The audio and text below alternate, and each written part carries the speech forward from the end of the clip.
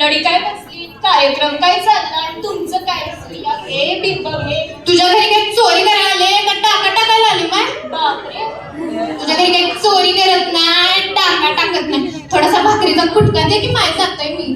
भाकरीचं तिकडे तिकडे काय नाही.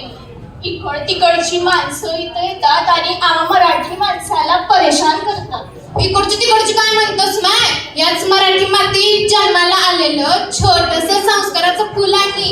भारूड म्हणतात मला. भारूड? भानगड वाटली होय तुला?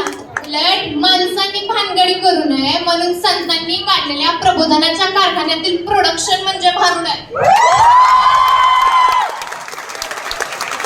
थोडासा भाकरीचा कुटका दे की माय जातोय मी. भाकर बिकर काय नाही. ए द्यायचं नसेल तर देऊ नको, पण मी काय म्हणते ते ऐकून तर घेशील का नाही?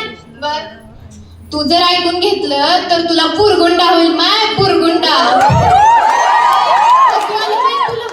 तुलाच नाही, इथं बसलेल्या समद्यांना पुरगुंडा होईल माय. पुरगुंडा म्हणजे तुला काय वाटलं? बुरगुंडा म्हणजे लेकरबाळ नाही माय. आमच्या भाषेमध्ये बुरगुंडा म्हणजे ज्ञान हाय, ज्ञान. तुला ज्ञान होईल या 4 युगात आणि 10 अवताराच्या मदत. तुझं आहे तुझं पाशी, परंतु तू जागा चुकलाशी. अशी चुकलेली जागा दाखवण्यासाठी संतांनी ग्रंथांचं, वाङ्मयाचं, भारुडीची निर्मिती केली. म्हणून म्हणते माय, ग्रंथ जर जुना झाला तर त्याची नवीन आवृत्ती बनवता येते का नाही? बनवता येते की नाही? भारूडचं फाटलं तर त्याचा झेरॉक्स मारता येते की नाही? मारता येते की नाही? पण या ग्रंथांनी या संतांनी काढलेल्या ग्रंथाचं संस्करण करण्यासाठी या नरदेहाची जी प्राप्ती त्या परमात्म्यानं करून दिली, त्याचं झेरॉक्सचं मशीन बनलं का माय? नाही. मग या नरदेहाला जपण्यासाठी म्हणून म्हणते तू माझं ऐक माय. म्हणूनच बुरगुंडा होईल ग बाया तुला, बुरगुंडा होईल, बुरगुंडा होईल बाया तुला, बुरगुंडा होईल.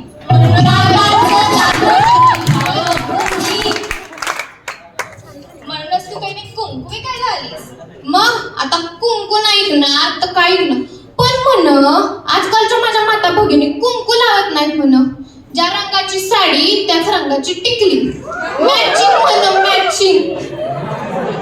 पण माय मी असं म्हणत नाही माझं कुंकू लाव तुझी टिकली लावू नकोस.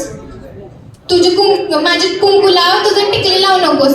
पण माय त्या टिकलीच्या रूपानं आपल्या सौभाग्याचं दान किती ठिकाणी वाटत फिरतं माय, माहिती का तुला? किती ठिकाणी माहितीये? सकाळी उठलं, बाथरूम मध्ये गेलो, बाथरूमच्या भिंतीवर, बाथरूमची भिंत सौभाग्यवती भव, बाहेर आलं आरशासमोर आरसा सौभाग्यवती भव. म्हणून म्हणते माय, असं म्हणत नाही माझं कुंकूच लाव तुझं टिकली लावू नकोस. पण त्यामागं पण शास्त्रीय कारण आहे माय. मला सांगा कुंकू कुठे लावलं जातं?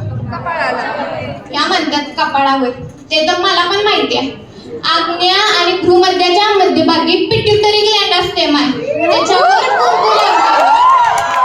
त्याच्यावर कुंकू लावल्यावर आपल्या महिलेचं मानसिक संतुलन राखलं जातं आणि ते मानसिक संतुलन राखण्याचं रडारचं काम आपलं कुंकू करतंय माय. त्याच्या मागं शास्त्रीय कारण. कुंकू कशापासून बनतं माहितीये का माय?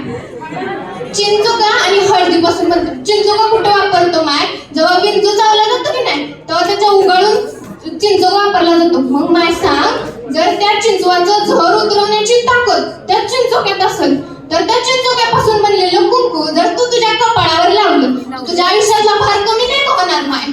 म्हणून म्हणते, म्हणून